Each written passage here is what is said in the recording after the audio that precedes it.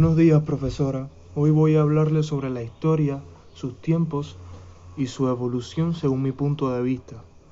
La historia es la ciencia que estudia los sucesos del pasado, generalmente son de la humanidad, aunque también puede no estar centrada en el humano. Asimismo, es una disciplina académica que narra dichos acontecimientos.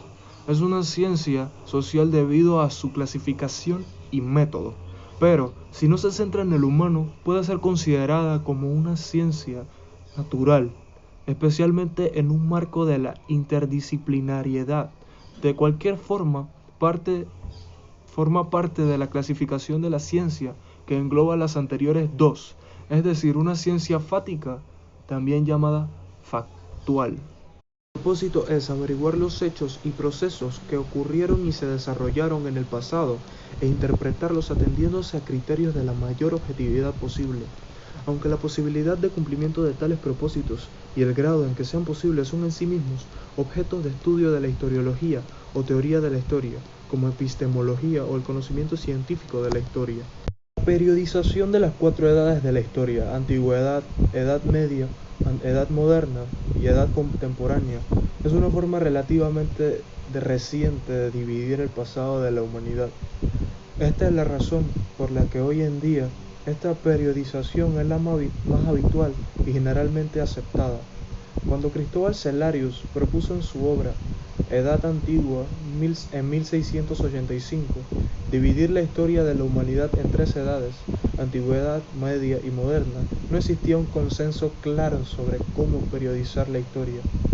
La forma más extendida de dividirla en Europa entre las escasas personas letradas durante lo que hoy conocemos como Edad Media eran las 6 edades del mundo.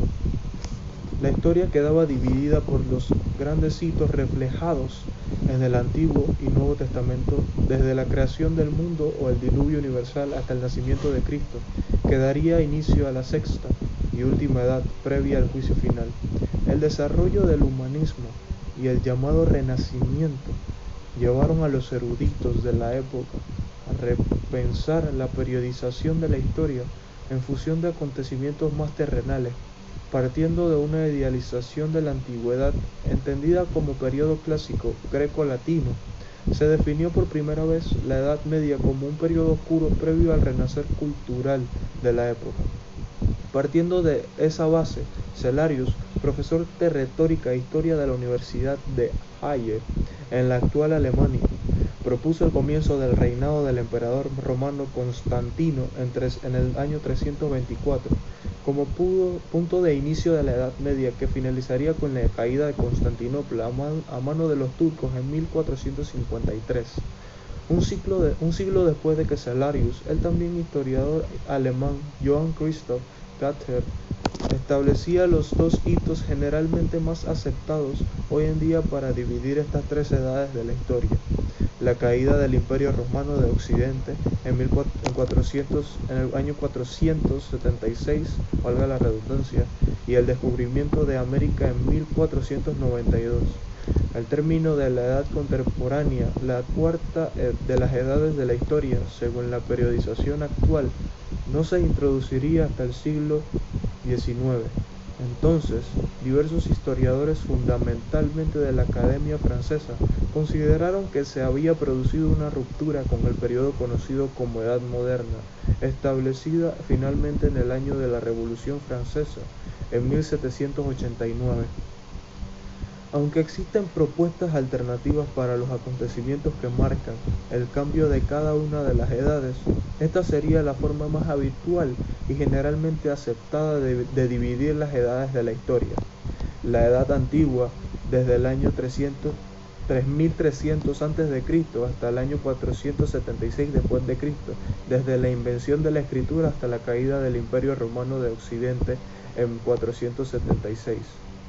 Edad Media, desde el año 476 hasta el 1492, desde la caída del Imperio Romano de Occidente hasta el descubrimiento de América en 1492. Edad Moderna, desde 1492 a 1789, desde el descubrimiento de América hasta la Revolución Francesa. Edad Contemporánea, desde el 1789 hasta la actualidad, desde la Revolución Francesa hasta la actualidad. El tiempo histórico es un concepto utilizado en diferentes ámbitos como la historiografía, la sociología, la psicología, entre otros. La historiografía, el concepto se utiliza de distintas formas, entre otras causas por las diferentes concepciones de quién es el protagonista de la historia, el sujeto histórico. Para la interpretación providencialista del tiempo histórico, es un paréntesis en la eternidad, origen, destino del hombre. Si el hombre es el verdadero protagonista de la historia, la escala temporal de la vida humana pasa a ser decisiva, pero puede ser superada por la duración de las instituciones. La determinación de las causas de los hechos históricos puede reducirse a una explicación determinista, monocausal, o hacerse más compleja, multicausal o relativista. Esta última suele responder a un mayor grado de acercamiento a la realidad, aunque dificulta la construcción del modelo explicativo.